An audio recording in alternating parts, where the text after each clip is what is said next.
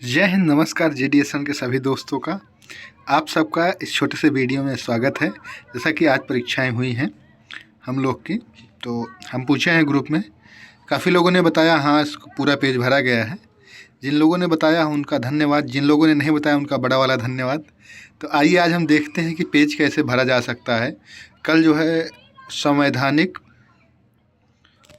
कानून या constitution law का जो है पेपर है, तो आइए आज हम देखने का प्रयास करेंगे। जैसे एक प्रश्न आएगा, मतलब माना कि भारतीय संविधान की विशेषताएं बताए तथा संक्षिप्त व्याख्या कीजिए। जब ऐसा प्रश्न आएगा तो आप प्रश्नोत्तर संख्या डालेंगे। इसके बाद आप एक हेडिंग डालेंगे यहाँ पे, भारतीय संविधान, यहाँ एक हेडिंग डालेंगे। इससे पहले इसके बाद लिखेंगे, भारतीय संविधान की विशेषता को जानने से पूर्व यह ज्ञात होना आवश्यक है कि भारतीय संविधान क्या है। तो किसी भी देश को चलाने के लिए, शासन या राज्य को चलाने के लिए कुछ नियमों कानूनों की आवश्यकता होती है। उन्हीं नियमों, इसको देख ले रहे हैं आराम से। भारतीय संविधान की विशेषता को जानने से पूर्व यह ज्ञात होना आवश्यक है कि भारतीय संविधान क्या होता है। तो किसी भी देश को चलाने के लिए, शासन व्यवस्था या राज्य को चलाने के लिए कुछ नियमों कानूनों की आवश्यकता होती है। उन्हीं नियमों और कानूनों का लिखित या अलिखित संग्रह ही संविधान है। तो भारत का संविधान निम्न आरेख के माध्यम से समझा जा सकता है। अगर आपको कुछ नहीं आता तब ऐसे लिख देना है, भारत के संग्रह को ही संविधान कहते हैं। यहाँ आप लिखेंगे कहते हैं पूरा। उसके बाद भारत के संविधान का निम्न आरेख के माध्यम से समझा जा सकता है कि भारत का संविधान क्या है। तो यहाँ आप लिखेंगे, डायग्राम हम बता रहे हैं कैसे बनाना है। तो पहला ये डायग्राम का टाइप ये है। अगर आपको कुछ नहीं आ रहा तो भारतीय संविधान लिखेंगे, इसको एक पेज में उसको लिखेंगे, थोड़ा सा एक दो लाइन दूसरे नेक्स्ट पेज में जाएंगे। उसके बाद आप, अगर आपके पास कंटेंट अच्छा है तो आप इसको थोड़े से में बनाइए, आपके पास कंटेंट कम है तो आप इसको पूरे पेज में बना सकते हैं, डायग्राम ही। इससे आपका नंबर कभी नहीं कटने वाला है। तो भारतीय संविधान क्या है, इसकी जो पहली बैठक हुई है 9 दिसंबर 1946 को हुई है। जो भी आपको जानकारी हो संविधान के बारे में, ठीक, इसको लिख दिए। और इसमें समय लगा था 2 वर्ष 11 माह 18 दिन, आप इसको लिख दिए। ये बना किसके माध्यम से था, संविधान सभा के माध्यम से बना था। 26 जनवरी 1950 को लागू हुआ था।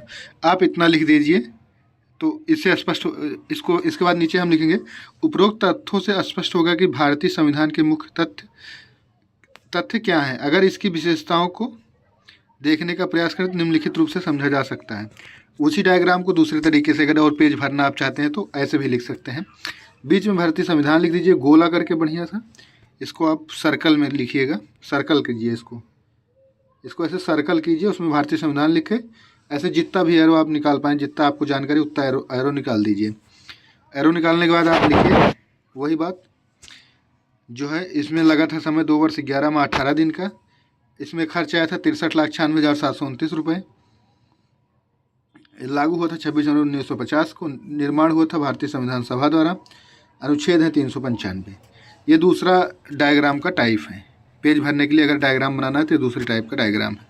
फिर इसके बाद भी वही थोड़ा बहुत लिखेंगे आप। उपरोक्त तथ्यों के आधार पर समझा जा सकता है कि भारतीय संविधान क्या है तथा इसके अनेक तत्व शामिल, इसके साथ अनेक तत्व शामिल हैं।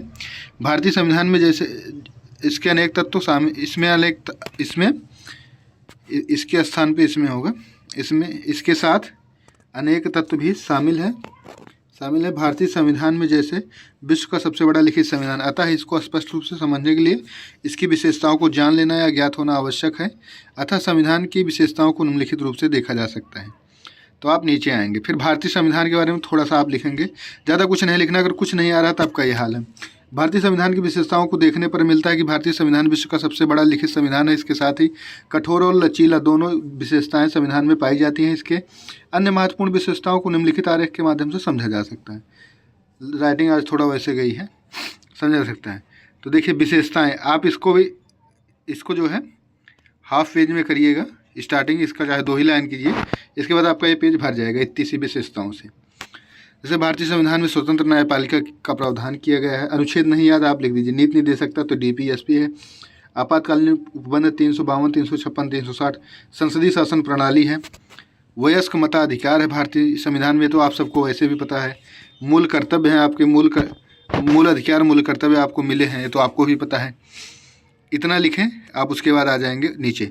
उपरोक्त तथ्यों के माध्यम से भारतीय संविधान की विशेषताएं स्पष्ट हो जाती है। इसके साथ ही अनेक विशेषताएं हैं, साथ ही समय के साथ संशोधन होता रहता है जिन्हें विशेषताओं के रूप में देखा जा सकता है। मुख्य उसको छोड़ दीजिए। अगर आपको कोई संशोधन लिखना बहुत ज़्यादा ऑथेंटिक, अगर जैसे होता है कि 100 में 100 अगर आपको लाना है तो जो संविधान में नई विशेषताएं जोड़ी गई हैं आप उनको लिख सकते हैं। अगर 100 में 100 लाना है, नहीं लाना है तो आप इसी ऊपर की हेडिंग की 2-3 व्याख्या कर दीजिए आगे का पेज भरने के लिए। मूल अधिकार। भारतीय संविधान की विशेषताओं में अनुच्छेद 12 से 32, कहीं 14 से 32 तक का मतलब ये जो आगे है, कुछ बुक में जो है 14 से 32 मानते हैं, कुछ में 14 से 35 मानते हैं, तो कहीं कहीं ज़्यादातर 14 से 32 तक जो है मूल अधिकार का 14 से 32 तक के अनुच्छेद में मूल अधिकार का उल्लेख मिलता है। अब इसके बाद अगर आपको ज़्यादा कुछ नहीं आ रहा है कि आर्टिकल वाइज 14 में क्या है, 15 में क्या है, 16 में क्या है, तो उसके बाद आप आ जाएंगे मूल अधिकार। कुछ मूल अधिकार इस प्रकार हैं। जीवन की स्वतंत्रता का अधिकार है, कहीं भी जाने आवागमन की स्वतंत्रता का अधिकार है, धार्मिक आचरण की स्वतंत्रता का अधिकार है, जो भी आपको मिले हुए हैं अधिकार। अब भी इसमें कुछ नहीं पाएंगे तो शांत रहने का अधिकार लिख दीजिए, मौन रहने का अधिकार, बोलने का अधिकार, जो भी आपको आ रहा है। ऐसे अगर आपको कुछ नहीं समझ में आ रहा, यहाँ भी आप डायग्राम बना सकते हैं। अगर आपको ज़्यादा विशेषताएं नहीं आ रही है तो मूल अधिकार लिख के इसको ऐसे ऐसे डिवाइड कीजिए। अगर आपको ज़्यादा कुछ नहीं समझ में आ रहा है ऐसे भी लिख सकते हैं, चाहे ऐसे करके। अगर आपको नहीं समझ में आ रहा तो यहाँ ऐसे कीजिए। डायग्राम के लिए ऐसे कीजिए, ऐसे करके आप पॉइंट वाइज ऐसे भी लिख सकते हैं। तो ये हो गया डायग्राम इसका। अगर विशेषताओं का दूसरा डायग्राम ऐसे भी देखा जा सकता है। तो उम्मीद है आप लोग को ये पसंद आएगा। जय हिंद, नमस्कार। मिलते हैं कभी अगले वीडियो में।